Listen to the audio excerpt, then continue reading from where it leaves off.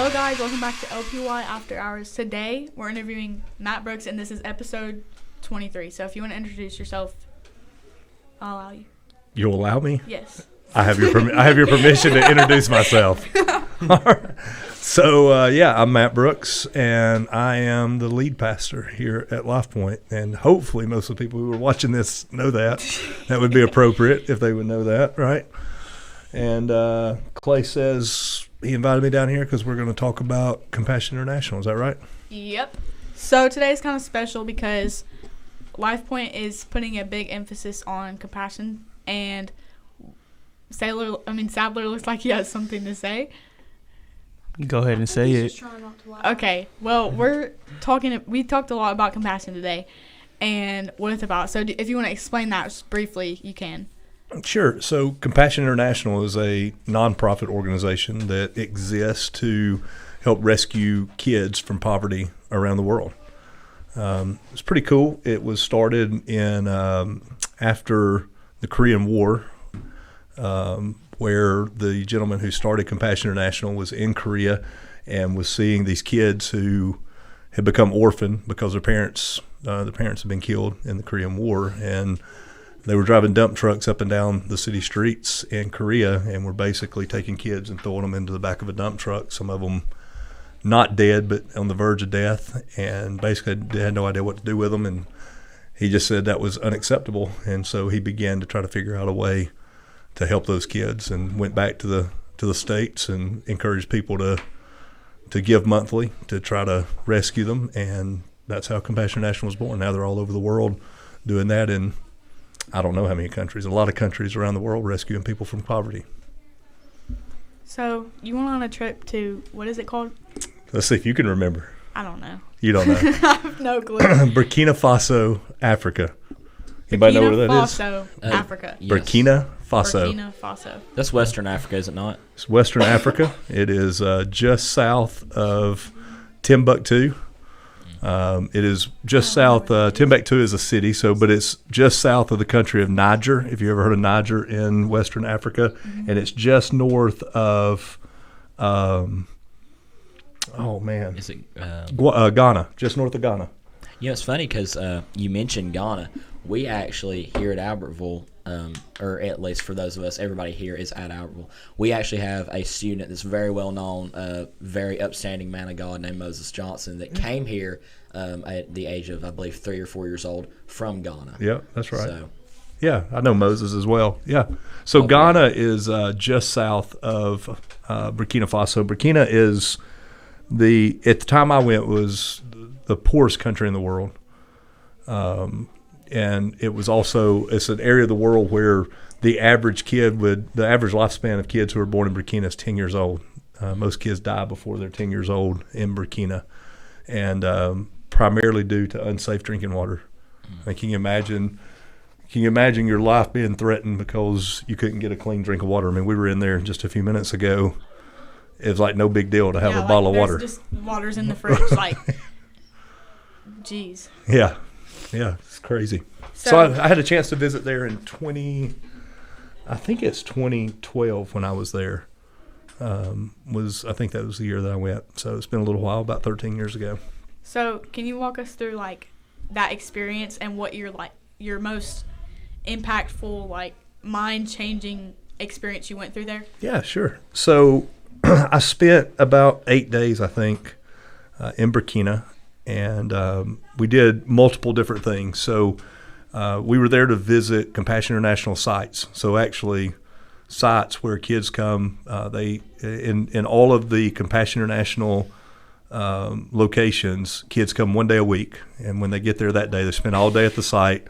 They get fed. They get something to eat. There's Bible lessons. There's hygiene lessons. There's just general, just information. It's a little bit like Vacation Bible School, if you ever went to that as a kid. Mm-hmm. It's kind of like that all day long, every week, once a week. And so we visited 6 or 8 sites while we were there, I think. And we had a chance to go around and just kind of get to know the people and see what Compassion was doing.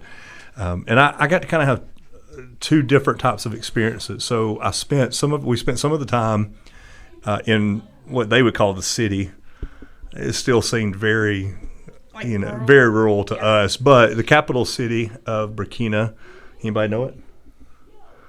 I'd be real impressed. I said it Sunday, so you guys see if you can remember Sunday from Sunday. Wendogo? You're close. So it's Ouagadougou. Ouagadougou, okay.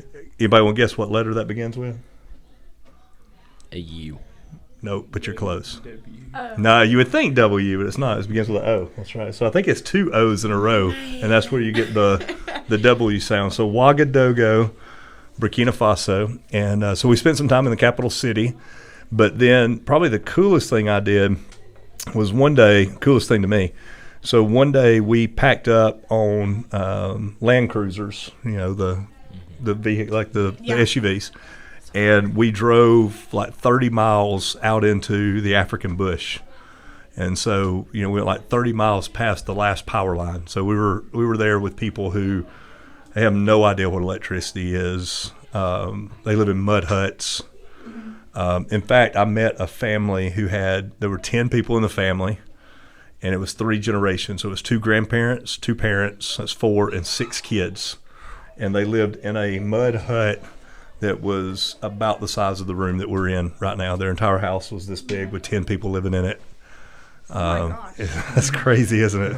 I could not do that. Wait, did you get to go inside those mud huts? Oh, yeah. Yeah, we some of the families invited us in, yeah. Was it like just beds in there, or was it like houses? Like what was? So it's what just did it one consist room. of? So it's just one room like this, and they would have like platforms built around and be like bunk beds, and I guess they slept on the floor. There's not enough room for 10 people.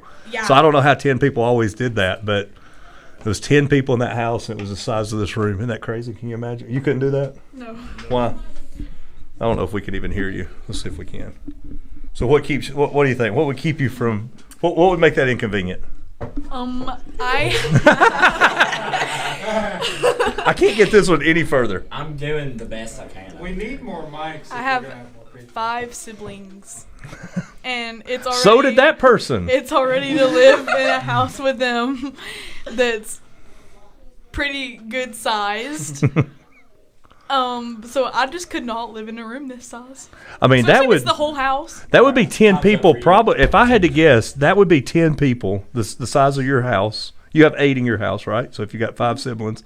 So 2 more people, and I bet that house was smaller than just your bedroom. Yep. Is it? Yeah. It's crazy, isn't it? And that's crazy. My room's bigger than I didn't have my own room till last year, and like sharing a room with my 2 siblings for like my whole life was like a lot. Mm. And now that I have my own room, I'm like, I don't even know how I did that, but I can't imagine living with how many people was it? There's 10 people in there. Yeah. Mm-hmm. In this room. But you know what was really interesting about that is that I guess when you don't know what you don't know and you don't know what you don't have, you don't really miss it, because they were incredibly, like, an incredibly happy family. Yeah. Like, it wasn't like they didn't come up to us and they were like, can you believe this is what we have to live in? They were thankful for where they lived, and were very generous, like wanting to fix us something to eat. And we're like, you don't even have food to eat, and so how are you going to eat? So, we went like 30 miles past the last power line to mud huts, and I actually rode on top. I rode on the luggage rack of the Land Cruiser, the SUV, for like 30 miles, because I wanted to see Africa, right? Like, I didn't want to be inside the car. I wanted to like see Africa, because I'd never been to Africa, and I was like, I want to see some like lions and tigers and elephants, and I didn't see any of that. Like, not one.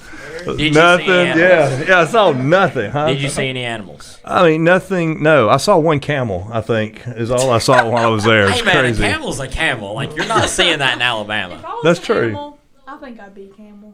Really? Yeah, they eat a lot. I don't know if they do or not. They drink a lot, but they don't have to. They store I it. drink a lot too.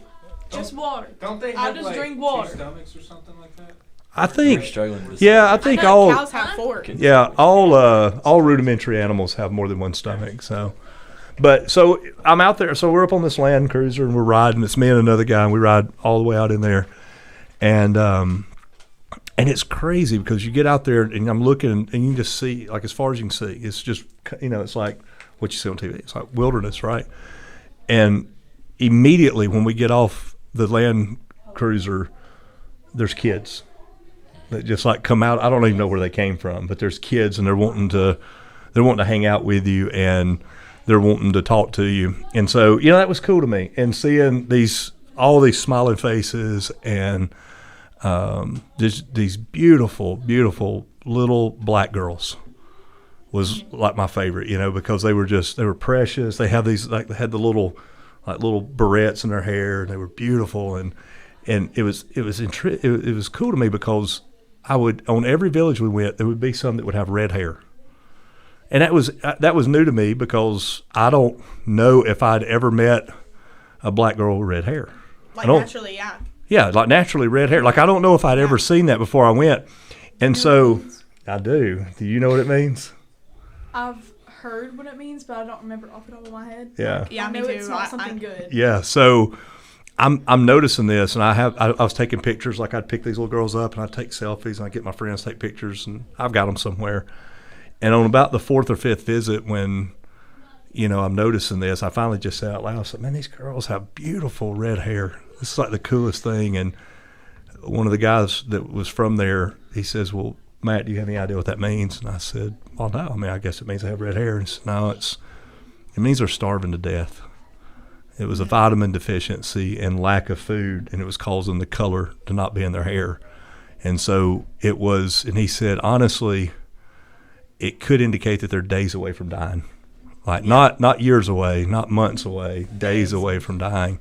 And but the cool thing about Compassion was no kid in Burkina Faso has ever died under Compassion International's care. Once they can get them into the program, they've never had a single kid die. So all these girls I saw with red hair, they were getting better. They were not they were not really days away. The ones I would see out in the bush, that was potential, but all the ones at the Compassion site, it meant they'd been rescued from poverty and were not going to die. And that was probably the most impactful thing to me. And I used to have a big TV in my office over here, and my screen, I had my computer hooked up to it. And my background, I had two pictures. I had one with a guy named Pastor Matthew, and maybe we'll tell his story in a little bit. And then I had another picture with one of those little girls.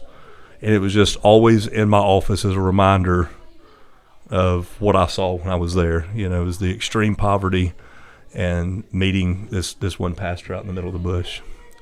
So, I mean, that was probably the coolest part, was getting way out into the bush. And, I met this little girl. Her name was Saibata. A person in our church had sponsored her, and I got to meet her. You got to meet I got to meet her. Cool. Yeah, it was really cool. And Saibata, when I saw her, was like scared to death of me, like terrified. I was like I was wanting to hold her and get a picture, like a selfie, so that I could send it back to the person who sponsored.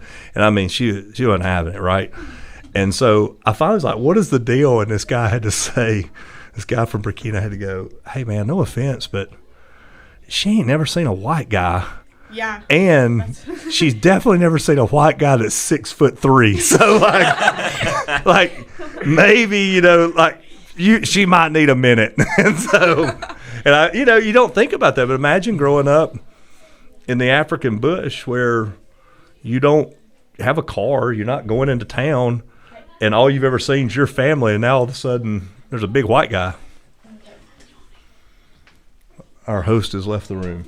Thank you for pointing this out. This is insane. So, while Avon has had to step out, Matt, how does it make you feel looking at our current state of the world today, where we have so many kids in this situation, and going into Burkina Faso the way that you had back then?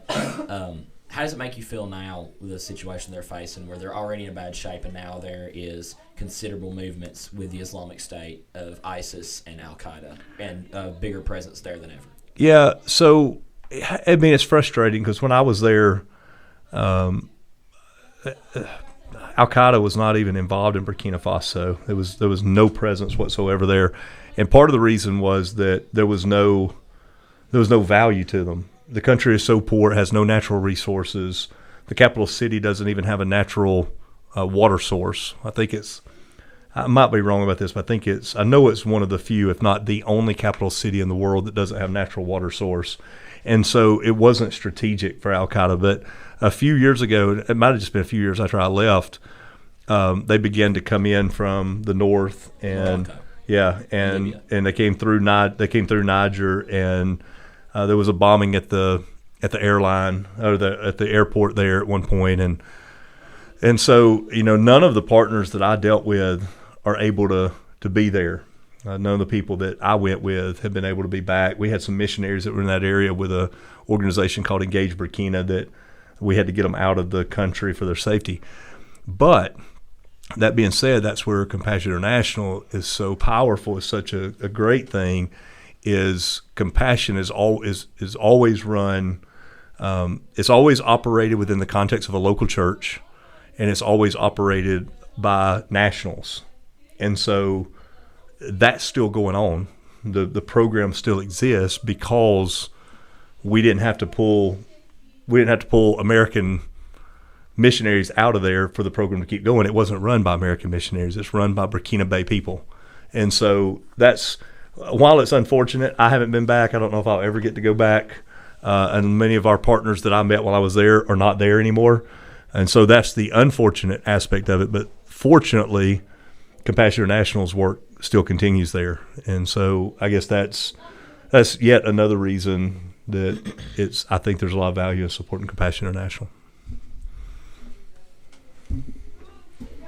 Okay, so I haven't heard about this compassion thingy until tonight. And I don't know if this is a stupid question or not.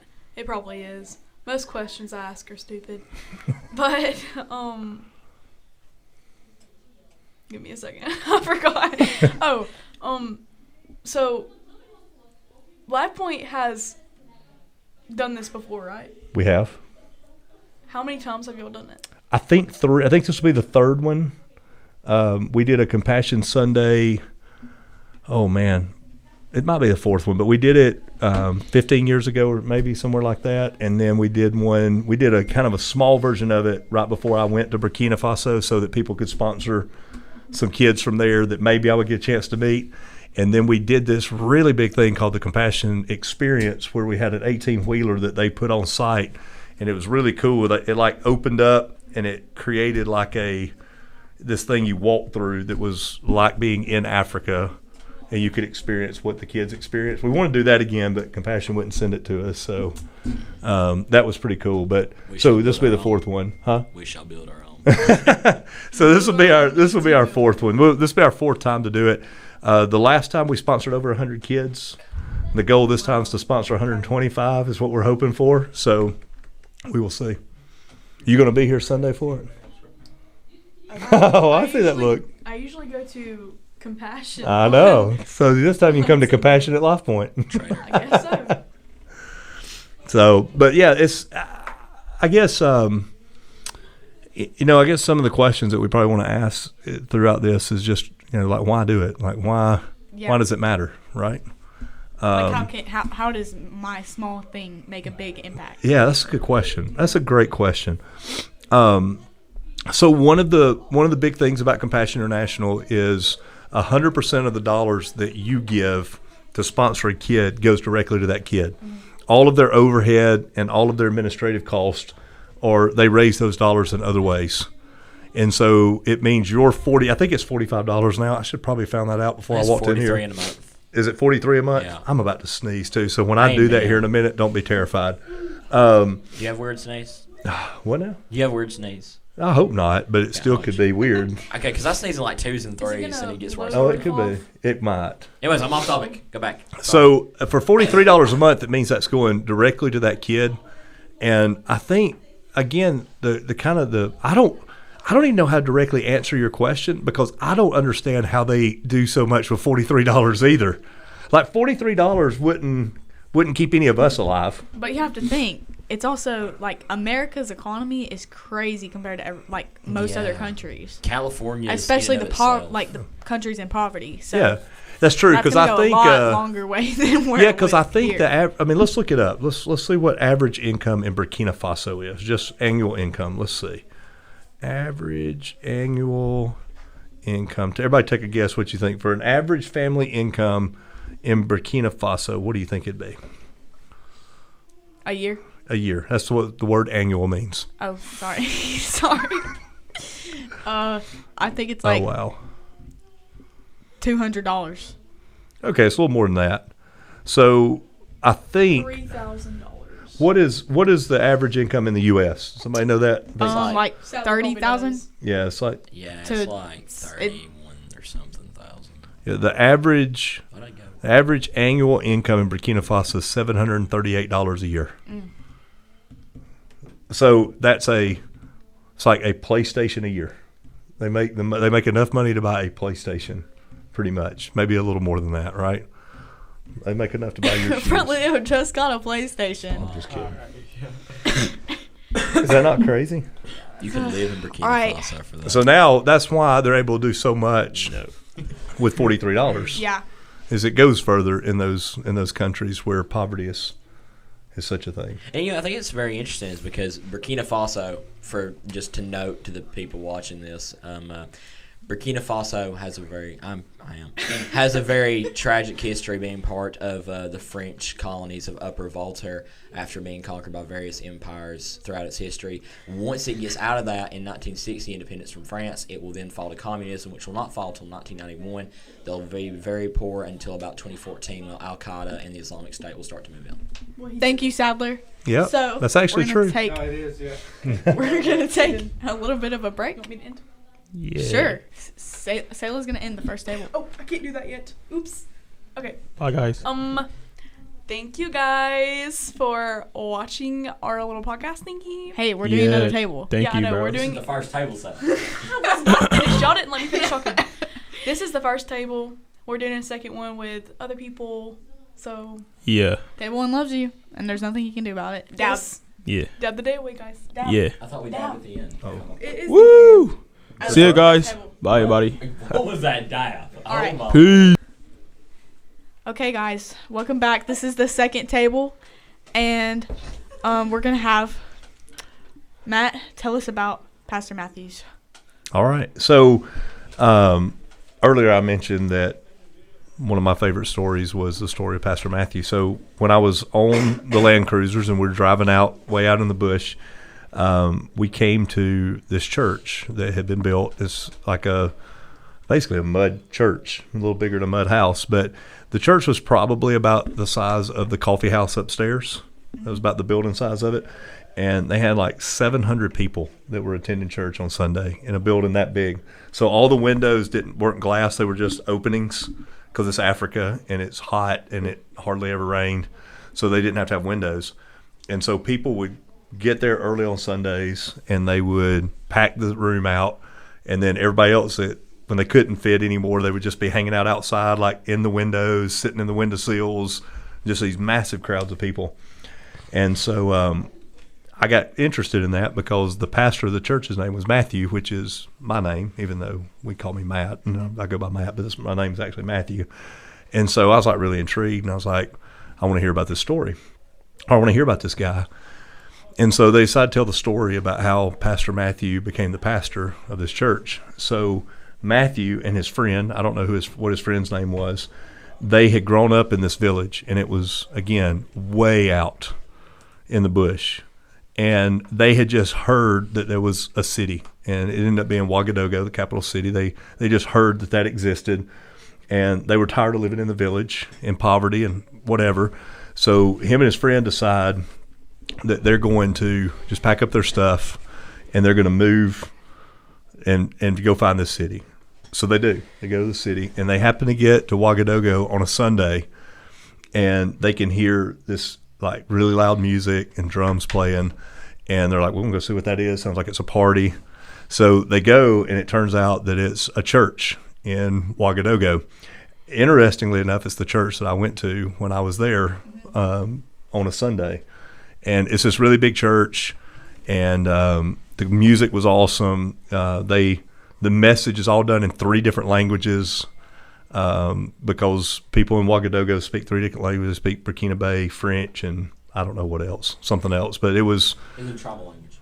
Maybe they do have that, but I don't remember if that's the one that they did in the capital city.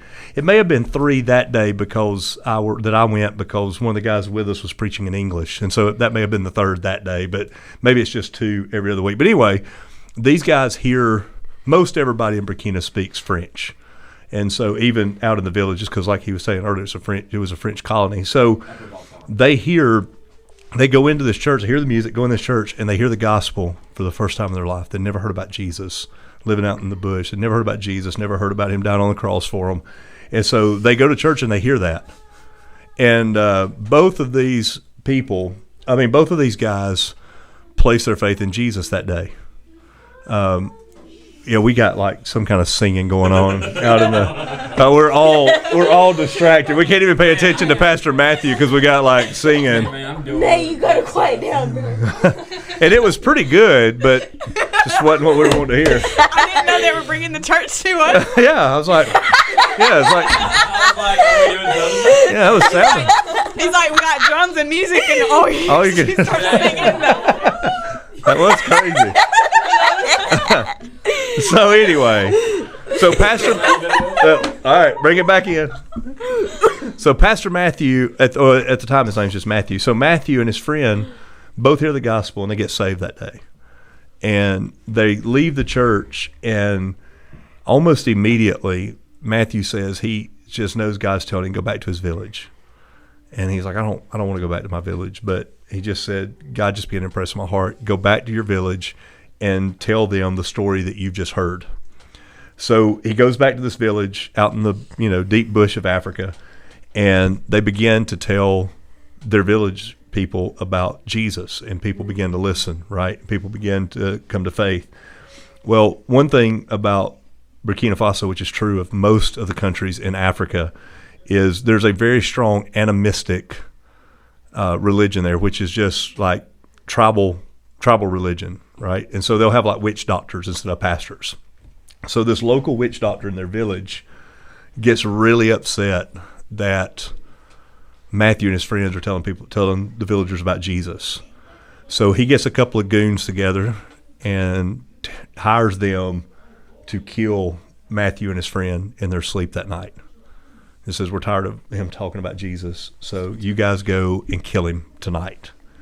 So 4 guys break into their home that night with machetes, and they go and they hack up Matthew and his friends with a machete and kill them.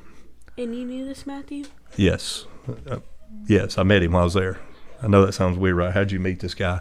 So they go in, and they come out the next day, and they're like, yeah, we went in last night, we chopped their heads off, we killed them.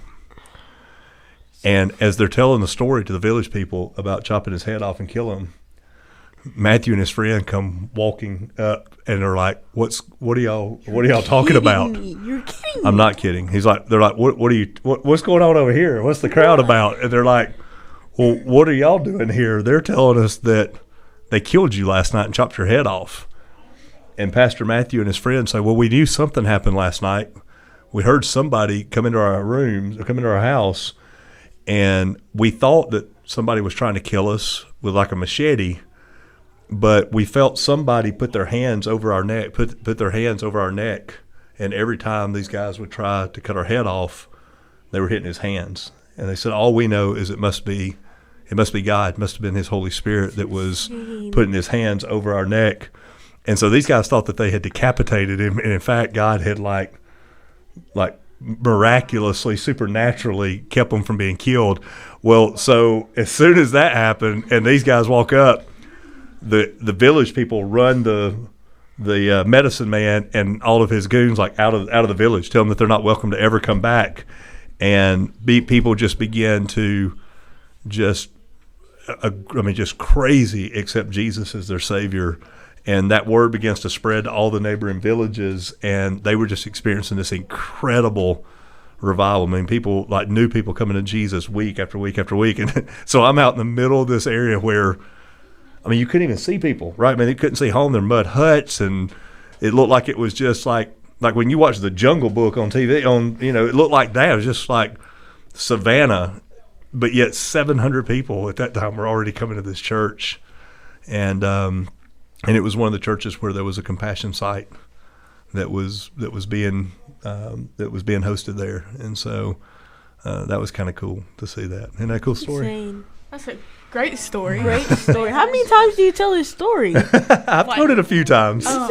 This is like life-changing story. Yeah. It's amazing. So you met Matthew, Yeah, so his and he name's told you mine. this story. Yeah, he's telling us all that through. Well, actually, there was a local missionary there that knew Matthew who had told us that story on the way to meet Matthew.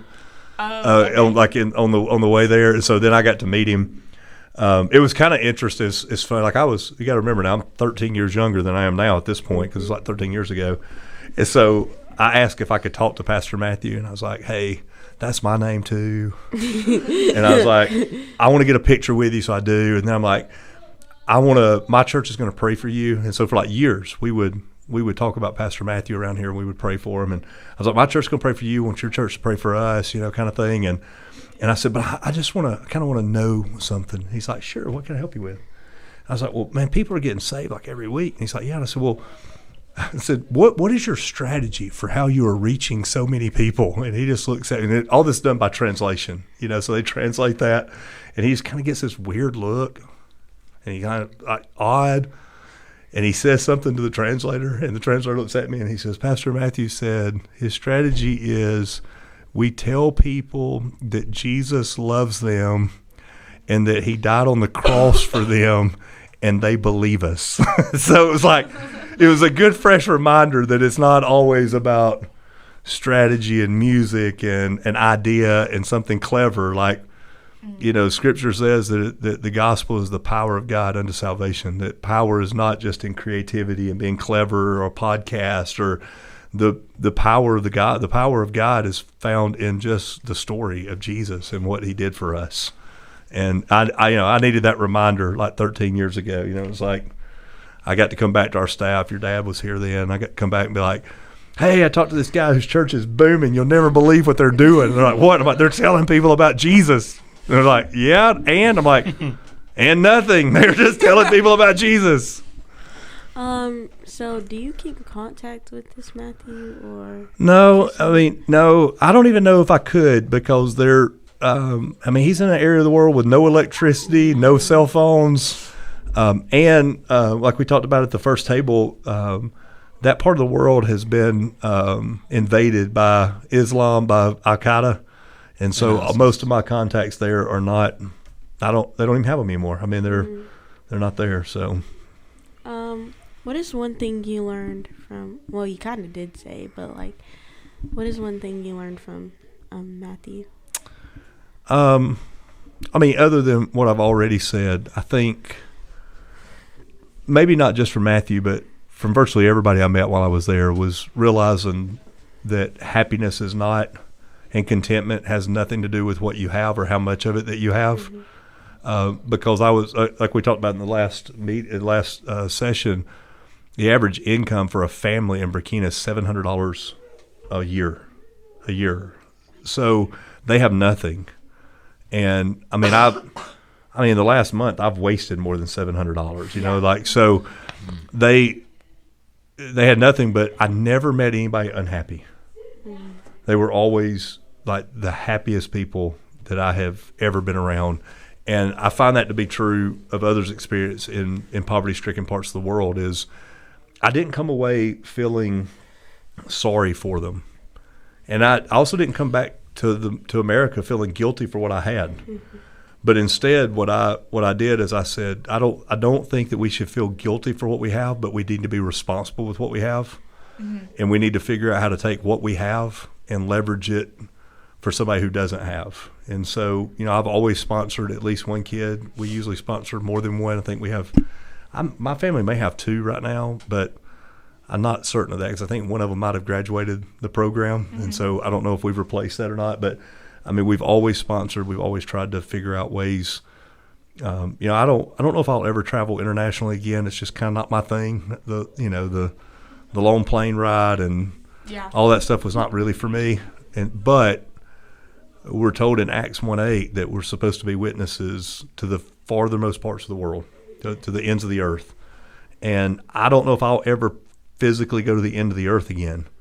But sponsoring a kid through compassion is a way that I get to go to the ends of the earth. I get to have end of earth impact by doing that. And so I think that's probably what I learned was there is a solution for poverty, and we can do it $43 at a time. Journey, you got any questions for me, Journey? Me? Yeah. You didn't just come in here just to sit, did you? Well, no. But I'll add on to anything really. I don't know. Like y'all mostly answered. Did you write down anything in your notes? In my notes from the last minute? Yeah. Okay, I was holding Yeah. my breath because I was like, if Journey says something, I didn't want to mess with her. Oh yeah, you go ahead. So, as we know, there are many countries around the world in similar situations to Burkina Faso. If you were given the option or the opportunity and you could pick one place to go, let's not say Burkina Faso. Let's eliminate them from the equation. Sure. And pick one place to go and do something similar to what you did or even go beyond that. What country or what area of the world would you choose? Well, the other kid one of the kids I sponsored is in Mexico. The other kid that I sponsored was in Rwanda. So I'd probably go to Rwanda if I had somewhere else to go, with the hope to maybe see the kid that I sponsored. I mean, I think that would be cool.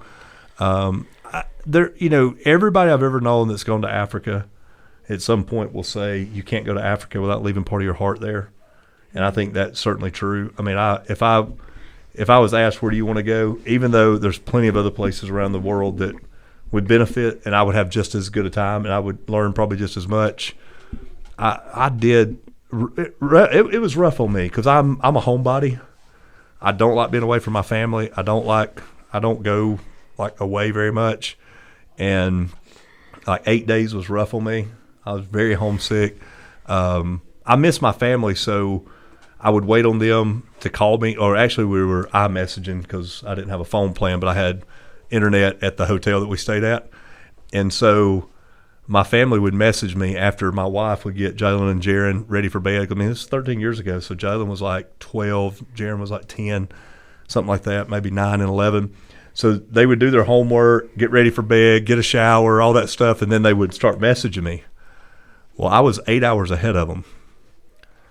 So they would be doing this at like 8 o'clock at night, and they didn't realize that was 4 in the morning for me. And I didn't have the heart to tell them because I wanted to talk to my boys and my wife. And so like my first 48 hours in Africa, I never went to sleep because I was waiting on them to message. And so that was rough. Like, I mean, it was like physically on me, that trip was rough, but there is something about leaving your heart there. So I would probably go back. Of course, I've told Compassion I will never go back without at least my wife going with me. But I don't know, maybe Rwanda. Some of the South American countries have great Compassion sites at them as well. That would be a cool place to go to. So I don't know, maybe there. So, so the kids that you're sponsoring, do you write letters to them? I do. Yeah, we get a chance to do that. What do y'all write in the letters? Because what you can say can make a big difference. Oh yeah. Them, so that's a very, very good question, Journey. Very good question. So one of the things I saw when I was over there was how much kids treasured the interaction that they get with their families, and so we used to send ours pictures and stuff like that also, which was important. So what we found, and I guess it's because I went there and I saw it in person, is we just write letters and tell them what we were doing. Like we know what they're getting taught, so and they would write us letters, and they would tell us what they're being taught. So I didn't try to like tell them about Jesus, or I knew that was happening. We would just be like, "Hey, Jalen's playing football now, and here's a picture of him playing, and Jaren's really into whatever, and that kind of stuff. We hope you're doing well. I saw in your letter that you got some chicken. What did you name it? Or something like that. So just trying to almost make that person feel like they're part of your family, and that you're, like involving them in what your family's doing. And so that was cool. And it's easier now. We used to have to handwrite those letters and mail them, and then they would get them and translate them. Now you can do every bit of that on Compassion's website. You can log into your account and do that directly, like you just type it up and hit send, and they'll translate it and get it right to them almost immediately. So It's even easier now. Shoot. I have Why do you think about that? Like, I don't think they like me much because, like, I'm the type of person, I've thought this through, is once if the person that I nominated in our small group is the one that is sponsored mainly by Lifepoint, and if not, if I'm able to sponsor them on my own, like, I'm the type of person, I will translate my letter before I send it. Like, it's gonna be like if they're from, I believe one's from Ethiopia, just for example, it will be in Amharic. Yeah. I will have it prepared. Are you staring at the camera? Anyways, But they'll Moving let you. on. Really Yeah. need to know that. Okay. hey, I Sailor. have a question. Just me. Dang. Go ahead. Are you good, Avon? Can I go? Yeah, you can go. Okay, so what makes you the most happiest about being a what do you call it? again? Sponsoree. Sponsor. Yeah, being a sponsor. Only Yeah. you heard that. Yeah, I don't know what that. Yeah. I think I thought you said what makes you happiest about being gay. I did too. I did too, and I was about to be deeply offended by that. But Tell us, Matt. What does it make? like, you are odd. Being gay. She definitely broke the sound barrier. If I'm being honest, I can already hear it like in your laugh. Like it's gone. My ears are also gone. Just accuse Okay, her I'm pastor. But I think yeah. just being able to know that you're playing a part in rescuing somebody out of poverty and them having an opportunity to hear the gospel, all that's good. I told this Sunday when after I met, I told you guys about meeting Saibata. I also met a little boy that Patrick Harding and his wife had sponsored that used to go to church here. And I texted him that night. I had his number. I was laying in my hotel room, and I'm never emotional. Like, I'm not the guy that ever cries. Yeah. But I was laying in the hotel room just crying after seeing these kids. And I texted Patrick, and I said, Patrick had missed you, put him in a group text, and I said, I just want you guys to know you saved this kid's life. Because it's like, average kid's going to die at 10. This kid's not going to die because he's gonna have food. He's going to have clean drinking water. He's going to get taught about hygiene, and he's going to get taught about Jesus. And I'm like, $43. At that time, it was $35. Now it's $43. It's like $35 a month, Patrick and I were, we were doing stuff at that point in time. We'd waste $35 on snacks at the gym concession stand, and it's like you're saving a life at that. So I think that's what makes me happiest is knowing, and I'm kind of a little bit different place in my life now. I mean, I'm still sponsoring kids, but it's part of the reason why I will bring something like this to our church is I want to give opportunity for us to do more than sponsor. Like, I can sponsor 2 kids. I mean, that's probably what, between all the stuff that my family and I do in terms of generosity, we kind of allocate, we try to sponsor a couple of kids. But hopefully I can use stories like this and the influence I have on the platform Sunday. Maybe we can sponsor 125 or 200 kids. And that's what makes me happy is to see that and see people buy into that process. So I want to jump back to what like they talked about in the mud houses. Oh wait, well hold on. So I was just gonna say we probably have time for maybe one, maybe 2 more questions. Okay. 2 if they're quick. If we want to stick to 45. Yeah, I just wanted to point out that like what you said about how they're so happy, like the people that you meet there, they're so happy. Is I feel like the reason that so many people in America are unhappy is because we have comparison. Yeah. That we're able to compare because we know what we don't have, but they don't know what they don't have. Yeah, they don't know. They don't have social But, media. Yeah, I just wanted to talk about that. But also, I wanted to read my verse of the day because I always get it when we're in here. So today's verse of the day is Zechariah 14, verse 9, and it's, "Our Lord will be king over the whole earth. On that day there will be one Lord, and his name is the only name." But, yeah, I always like to read those on here. I have a question. If I get the chance to. What is your favorite Bible verse? My favorite Bible verse? And why? Well, I like most of them. I mean, that's, I'll say most of them just are. a couple that of them. keeps Yeah. you Nice in going. there. Yeah, That most keeps of them you pretty going good. throughout the day. Yeah, so, it's hard for me to say a favorite verse. If you ask me a favorite chapter, I like Romans 8. I think that's, one of the most impactful passages of Scripture. But in Romans 8, there's verse 28 that says that For we know that all things work together for the good to those who love God, who are called according to His purpose. And so, that's the reminder to me is whatever we're going through, God is the ultimate orchestrator. It's like He's going to work it all out. He makes things work out for good. Now His good and our good aren't always the same thing, but He works it out for good to those who love Him, who are called according to His purpose. So I think that's probably, if I had to pick just one, that's probably where I would pick.